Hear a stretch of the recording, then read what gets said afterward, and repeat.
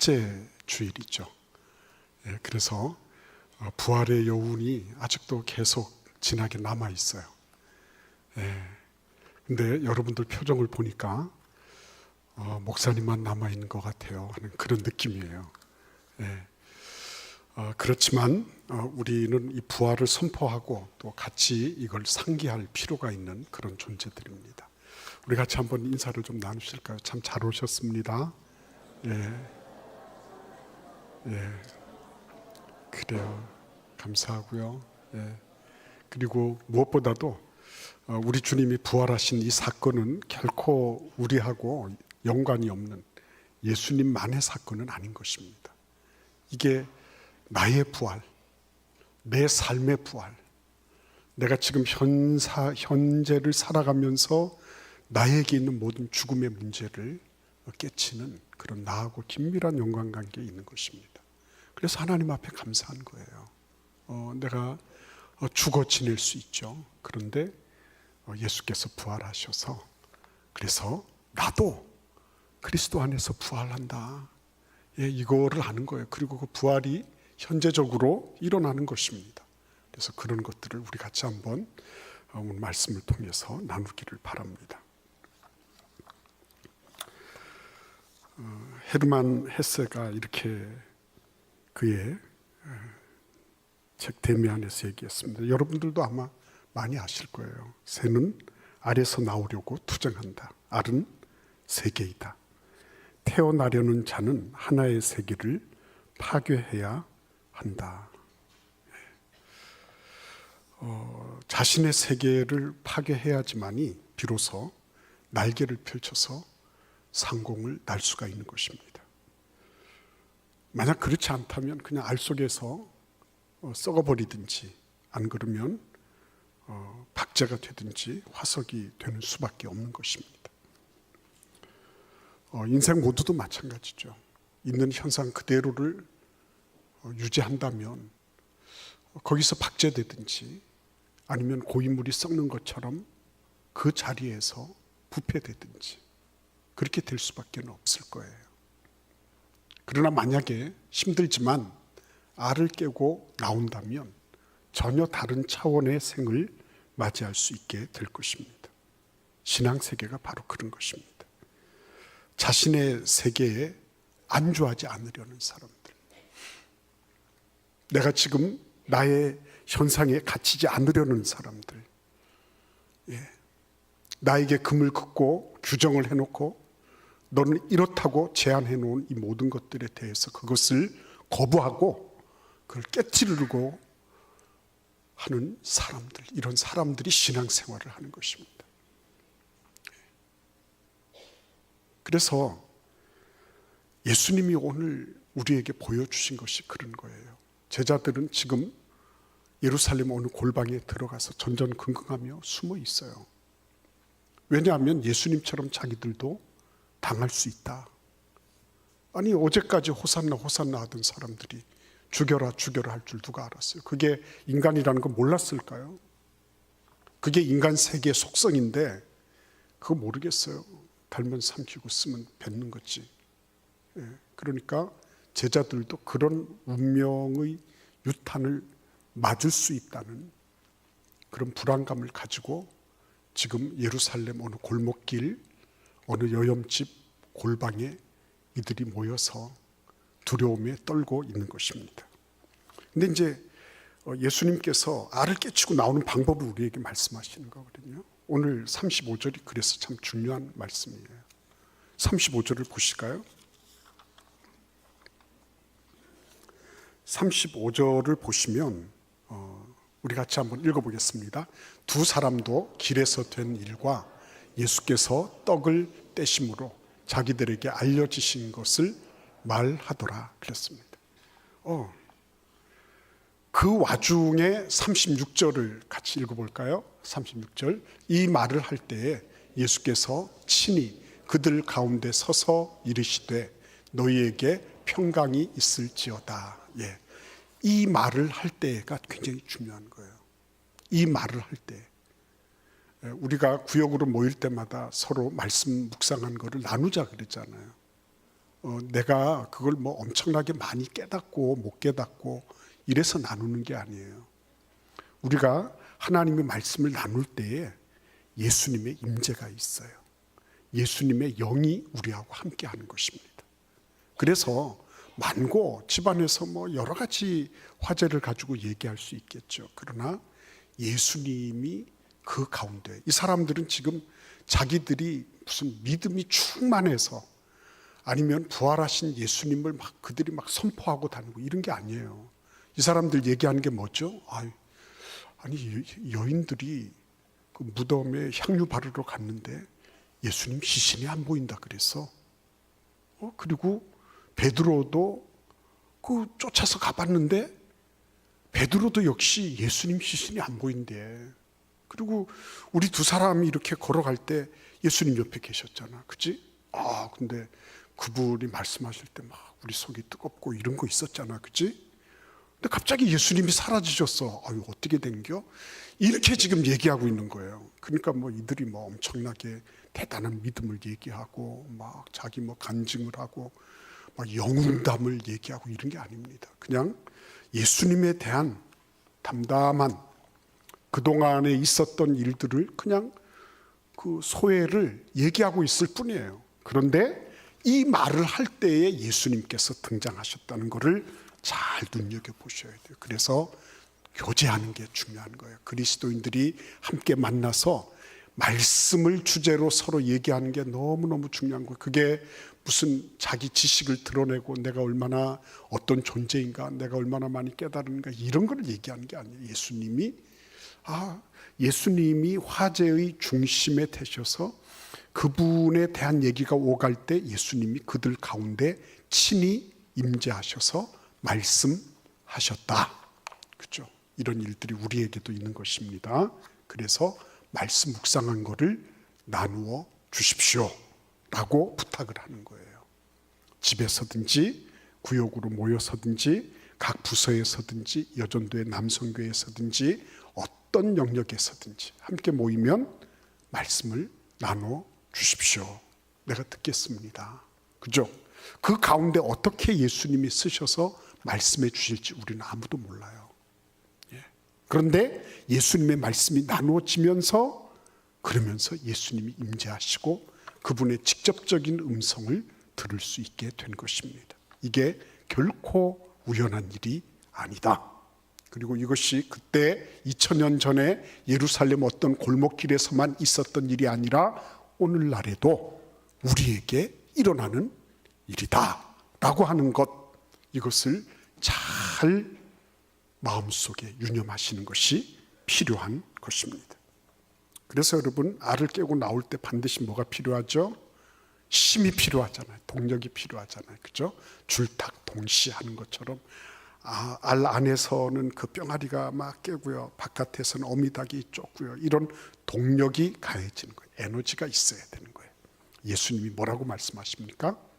너희에게 평강이 있을지어다 이렇게 말씀하십니다.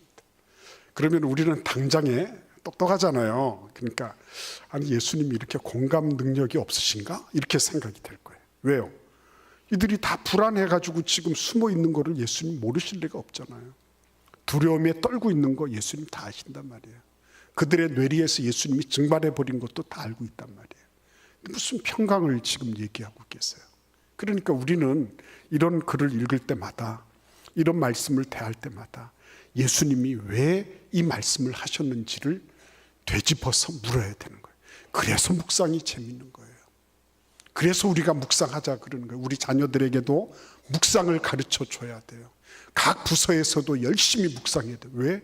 예수님이 지금 이런 상황을 딱 보면 금방 이들이 불안에 떨고 있고 두려워하고 있고, 그리고 자기들 나름으로 지금 앞으로 어떻게 생을 유지해 나갈까? 어떻게 하면 이것을 도모해 갈 수 있을까? 그죠?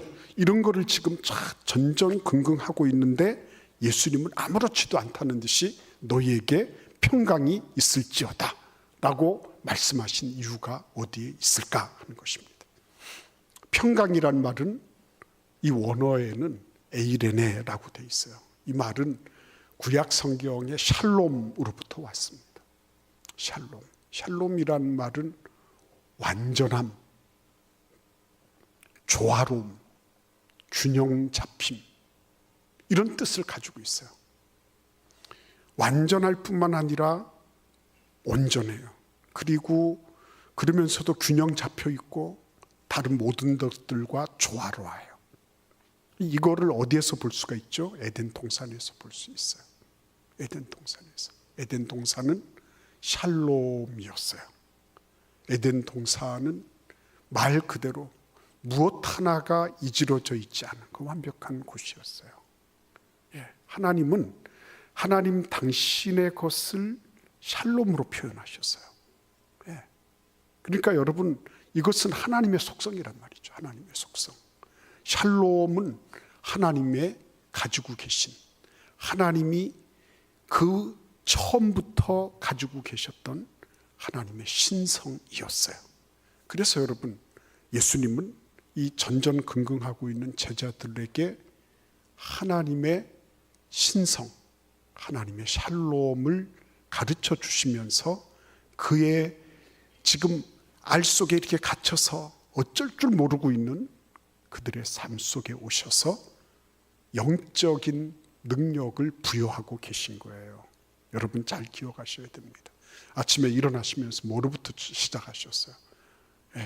뭐 오늘 뭐 먹고 아침에 뭐 먹지부터 주부들은 바쁘잖아요. 어떻게 하면 오늘 이렇게 빨리빨리 처리해서 출근길을 이렇게 하고 뭐 이런 거 생각하시잖아요. 어떤 분은 딱 눈 뜨면서 텔레비전 보시는 분도 있고, 그죠? 여러 가지 것들이 있어요. 그런데 예수님은 이 자기 세계라고 하는 알을 깰 때에 반드시 필요한 것, 그것은 하나님으로부터 시작된 것이어야 한다.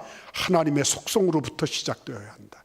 하나님의 절대적인 평강, 하나님께서 주시는 온전한 평안으로부터 시작되어야 된다. 그게 생의 기초다라고 말씀해 주고 계신 거예요.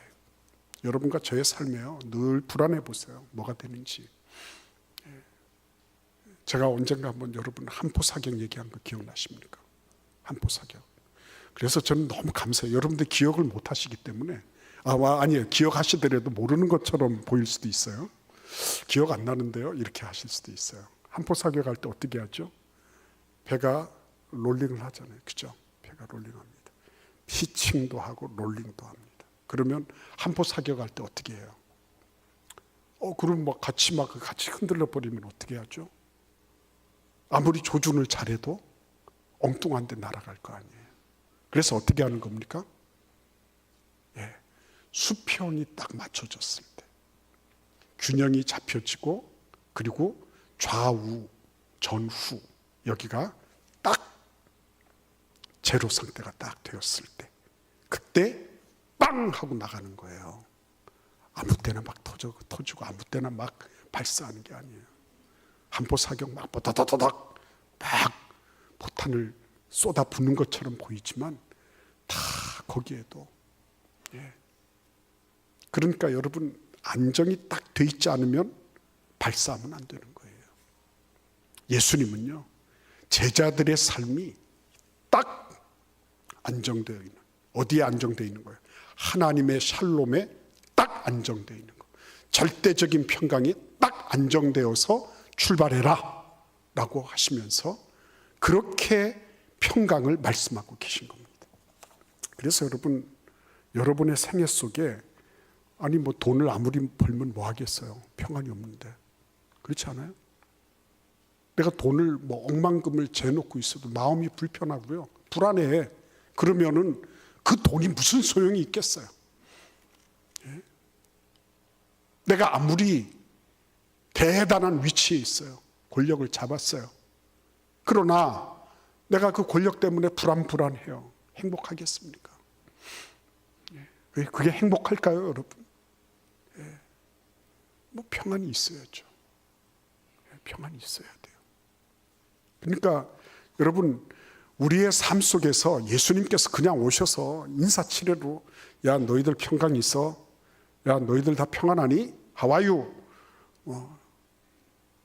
이렇게 말씀하신 게 아닙니다. 의미가 있는 거예요. 너희들 하나님의 평강으로부터 출발하고 있니? 너희들 부부관계에는 하나님의 평강으로부터 출발하니? 서로에 대한 그런 호호 감정으로부터 출발하고 있니?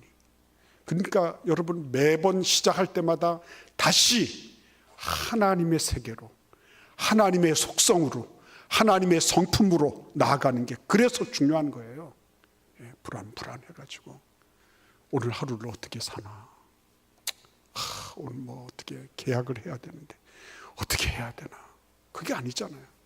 너희에게 평강이 있을지어다. 하나님으로부터 내리시는 절대적인 평강, 어느 누구도 깨트릴 수 없는 평강, 하나님이 가지고 계신 온전하고도 완벽한 평강, 거기서부터 출발하는 거야. 예수님이 그렇게 우리에게 말씀하고 계세요. 그래서 여러분, 우리가 꼭 기억해야 될 건 뭐냐면, 이런 평강을 저해하고 있는 게 뭐냐, 이거를 정체를 빨리 알아채는 게 필요해요. 그게 신앙생활하는 겁니다.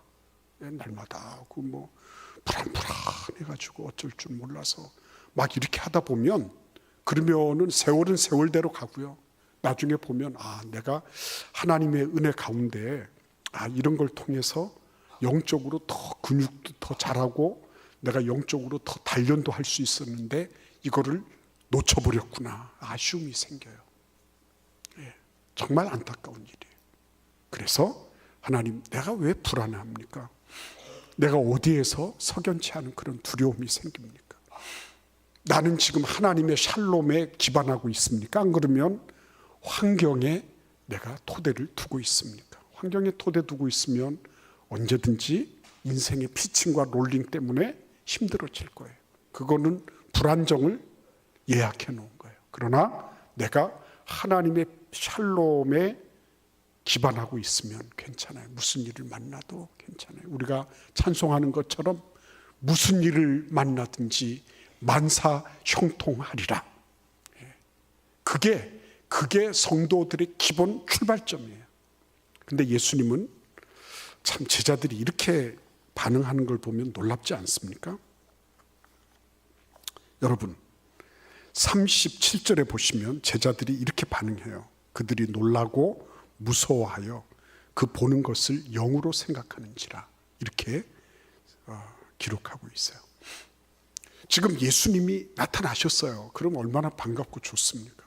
와, 예수님, 그리고 가서 와락 앉기도 하고 하는 것이 정상인데, 이 제자들이 어떻게 했다고요? 지금 영으로 생각하는 거예요. 가상현실처럼, 아바타 만들어 놓은 것처럼 이렇게 생각하는 거예요. 이 얘기는 무슨 얘기입니까?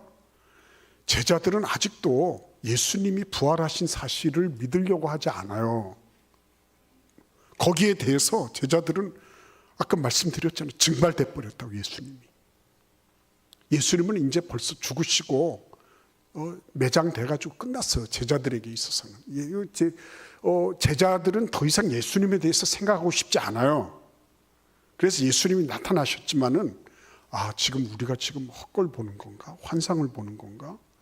무슨 홀로그램에 처리되어 있는 그런 걸 보고 있는 거야? 이렇게 생각하게 된 거예요. 정말 믿지 않기로 작정한 거예요. 왜? 자기들의 통념, 자기들의 안에 갇혀 있으니까 그런 거예요.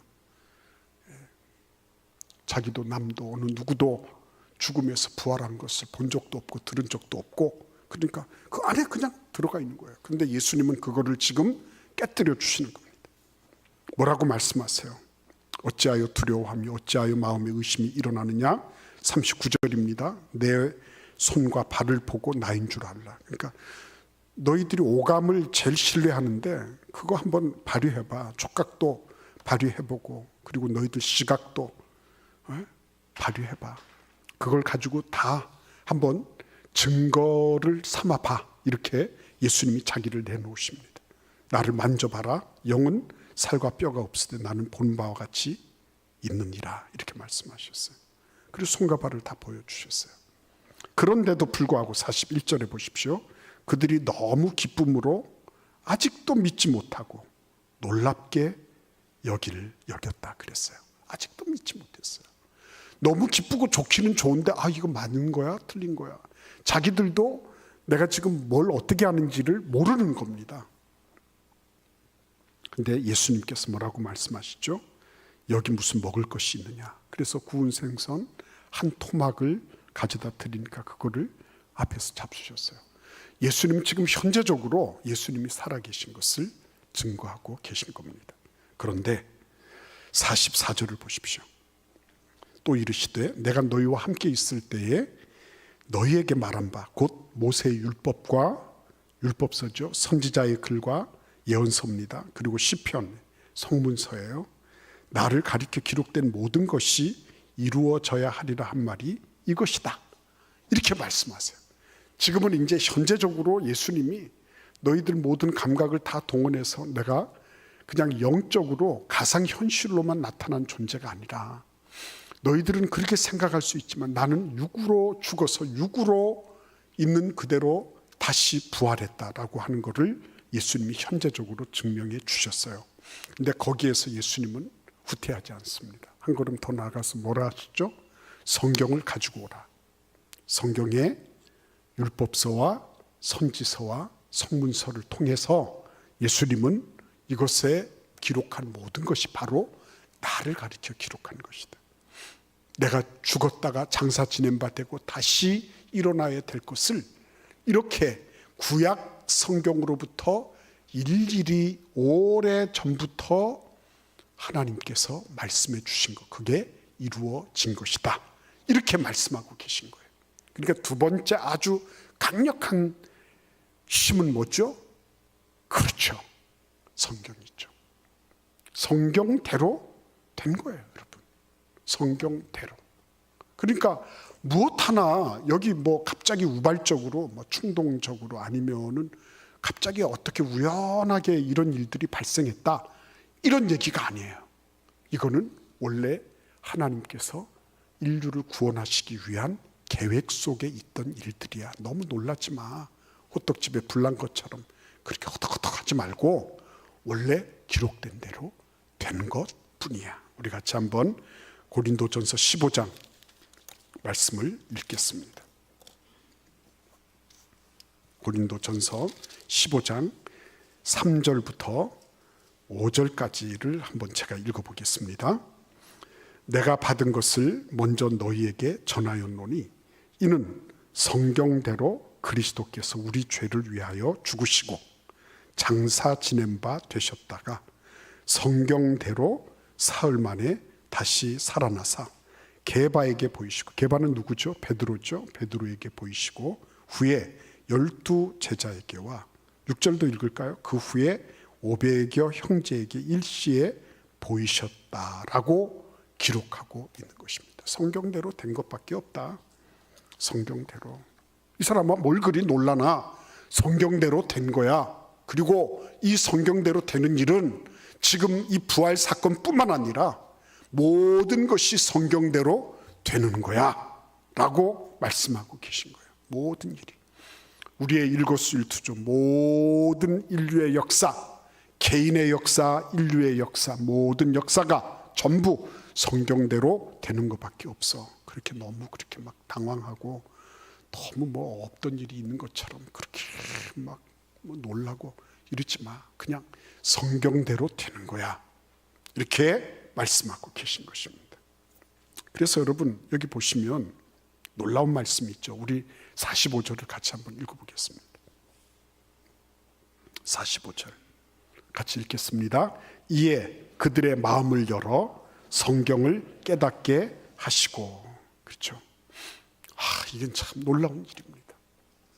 그냥 성경에 기록된 거 믿어 라고 말씀하신 게 아니라 마음의 문을 열어서 성경을 깨닫게 해주신 거예요. 와, 놀랍지 않습니까? 놀랍지 않습니까? 여러분 히브리서 13장 8절에 예수 그리스도는 어제도 오늘도 그리고 영원히 동일하신 분이시다. 어제나 오늘이나 영원토록 동일하신 그분이요. 어떻게 하세요? 우리가 주의 말씀을 들을 때에 말씀을 화제로 함께 얘기를 나눌 때 그때 오셔서 어떻게 해주시죠? 우리의 눈을 마음을 열어주시고 깨닫게 해 주신다는 말씀이에요. 그렇죠? 이 은혜를 누리지 않고 어떻게 신앙생활을 할까요? 이런 놀라운 재미있는 일이 있는데 그렇지 않아요?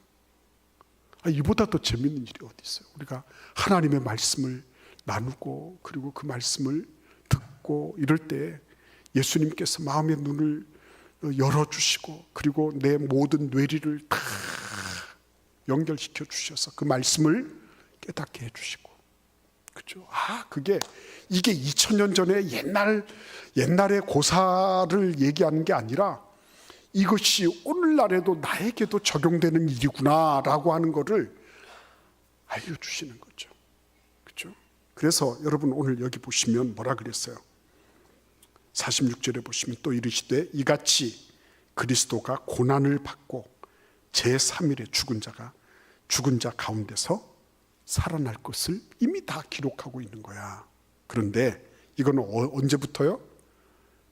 율법과 선지자와 그리고 시편에서 나를 가리켜 기록한 것, 그 내용이에요. 그런데 오늘 놀라운 말씀을 하고 계십니다. 우리 같이 한번 47절부터 49절을 함께 읽어보겠습니다. 47절입니다. 또 그의 이름으로 죄사함을 받게 하는 회개가 예루살렘에서 시작하여 모든 족속에게 전파될 것이 기록되었으니 너희는 이 모든 일의 증인이라. 볼지어다 내가 내 아버지께서 약속하신 것을 너희에게 보내리니 너희는 위로부터 능력으로 입혀질 때까지 이 성에 머물라 하시니라. 아멘. 이거는 뭐예요? 성경의 기록, 과거에 기록됐던 성경을 가지고 오셨어요. 그리고 현재적으로 예수님은 제자들 가운데 쓰셔서 그들에게 이 말씀을 기억나게 해주시고 그리고 눈을 열고 마음을 열어서 이 말씀이 이해되게 해주셨어요. 그리고는 뭐라고 말씀하세요? 이게 과거와 현재의 얘기로 끝나지 않는다는 거예요. 더 중요한 건 뭐죠? 미래가 있다는 거예요. 미래가. 그 미래가 뭐죠? 말씀대로 죄 사함을 받게 하는 회개가 예루살렘에서 시작하여 어디까지요? 모든 족속에게 전파될 것이 기록되어 있다. 성경대로 가는 거예요. 과거도 현재도 미래도 성경적으로 가고 있는 것 뿐이에요. 여러분, 성경대로 될 거예요. 나의 현재, 과거, 미래에 대해서 내가 많이 계획하고 준비하고 뭔가를 해요. 맞아요. 그렇게 해야 됩니다. 그러나 결국은 성경의 말씀대로 내가 기준을 잡고 성경의 방향대로 가는 것이 그게 정답이구나. 왜? 성경대로 되니까. 성경에 약속하신 대로 성취되니까 그대로 가는 것이 맞구나. 이걸 알아가는 게 신앙생활하는 거예요. 오랫동안 교회 열심히 잘 나오고 봉사 열심히 하고 모태신앙이 되시고 몇 대 신앙을 하는 거 너무너무 감사한 일이죠.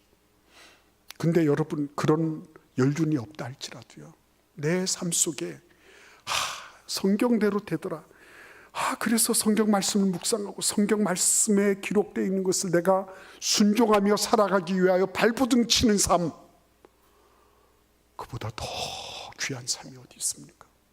그때 예수님이 임재하시고요, 예수님이 마음의 문을 열어 깨닫게 해주시고요, 이해하게 해주시고요, 그리고 미래에 대해서 길을 확 열어주시는 거 아니에요. 한치 앞을 알 수 없습니다. 맞습니다. 어떻게 될지, 저 트럼프가 어떻게 될지, 그 이름이 트럼프라서 그런지 완전히 도박적이잖아요. 인생이. 이름을 잘 지은 게 맞는 거예요. 완전히 도박 같은 그런 삶을 그렇게 살아가고 있는 것 같아요. 너무 안타깝죠.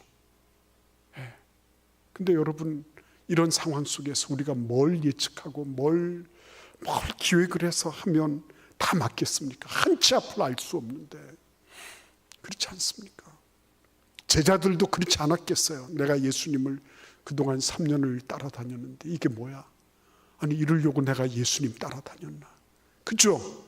내가 이러려고 내가 예수님을 그렇게 건물도 버리고 아버지도 버리고 배도 버리고 이러면서 내가 예수님 따라다녔나, 얼마나 실망이 되고 좌절이 됐겠어요. 근데 여러분, 이런 모든 것들, 무슨 일을 만나도 괜찮은 거예요. 무슨 일을 만나도. 왜요? 예수님은 죽음에서 부활하셨으니까. 예수님은 죽음과 같은 상황, 그런 환경이라 할지라도 결국은 뭐예요? 다시 일어나셨으니까. 죽음을 장사 지내버리시고, 그리고 죽음의 명패를 싹 다 쥐어버리신 거죠. 그래서 그리스도인들의 마음속에는 늘 그게 있는 거예요. 아, 그렇다. 예. 내가 죽는 것 같지만 예수께서 부활하신 것처럼 나도 부활한다. 내가 지금은 완전히 숨도 못 쉴 정도로 질식되어 있는 것 같지만 그럼에도 불구하고 나는 예수님 따라서 나는 다시 일어난다 하는 거죠. 번역하는 거 굉장히 재밌어 보이죠. 피를 말리는 작업입니다. 네.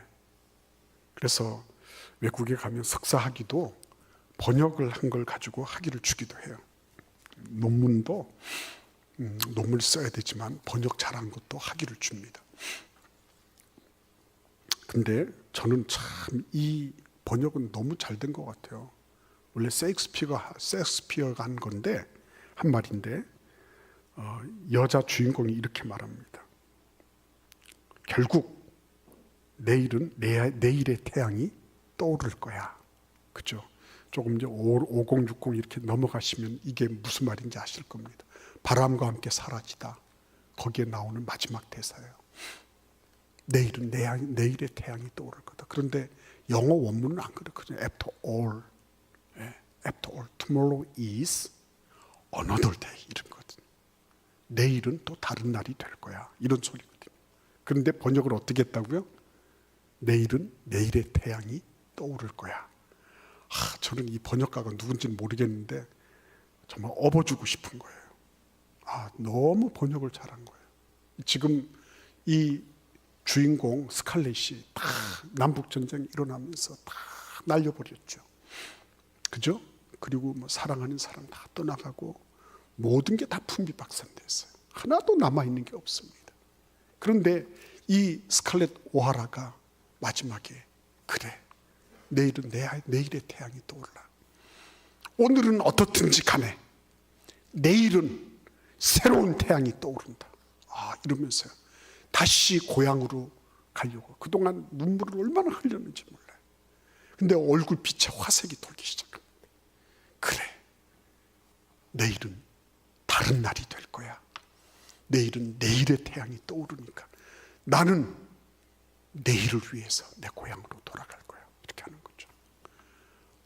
저는 막 이런 그 대사를 이렇게 보면서 너무 이거는 부활 얘기를 한 거네. 부활이라고 말은 하지 않지만, 그죠? 여기도 무슨 뭐 태양 같은 소리는 없잖아요. 뭐 태양이 떠오르니 안 많이 뭐 이런 소리 없잖아요. 그러나 그 개념은 그런 거예요. 폐허지만 내가 무슨 일을 당할 수 있어. 어떤 일을 당할 수도 있어. 그건 오늘의 일이에요. 그러나 내일은 내가 새로운 태양을 만날 거야. 태양은 변함이 없어.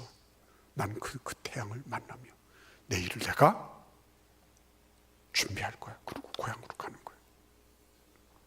여러분, 오늘 예수님께서 그 알 안에 이렇게 집거해가지고 어쩔 줄 모르는 제자들에게, 너희들의 기반은 평강이야. 평강. 하나님의 절대적인 샬롬이 너희들의 기반이야. 너희들이 어떻게 해도 하나님은 완벽하게 절대적인 평강으로 너희들을 딱 받쳐주고 계셔. 걱정하지 마.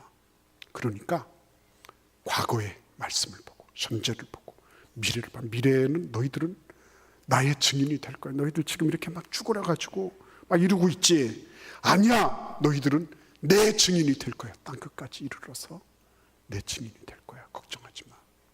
그렇죠? 이 비겁한 이 제자들이 어떻게 되죠? 미래의 증인들로 탈바꿈하는 순간이 됐어요. 그래서 여러분, 예수님께서 드디어 하늘로 올라가시는데, 이 1절 말씀을 보십시오. 축복하실 때 그들을 떠나 하늘로 올려지시니 52절에 그들이 그에게 경배하고 큰 기쁨으로 예루살렘에 돌아가. 큰 기쁨이 있었습니다. 큰 기쁨. 큰 기쁨으로 예루살렘에 돌아가. 이 비겁쟁이, 겁쟁이, 그저 이 어떻게 보면 참 인간적으로 보면 이루 말할 수 없는 그 배신을 하고 지금 자기 생을 도모하고 있는 이 제자들, 그들이 활짝 폈잖아요. 큰 기쁨으로 다시 자기들이 피신해 있던 그곳으로 돌아가서 예루살렘 성전에 들어가 하나님을 찬송하고 기도하기 시작했다. 그렇죠? 이렇게 하면서 누가복음은 대단원의 막을 내리는 거예요. 네, 여러분 얼마나 멋있습니까? 그래서요, 이 부활의 아침을 맞이하는 이들은 어제에 연연하지 않습니다. 어제는 어제의 일이에요. 이전 것은 지나간 것입니다. 그래서 오늘 다시 맞이하는 거예요. 오늘 새로운 태양이 떠오릅니다.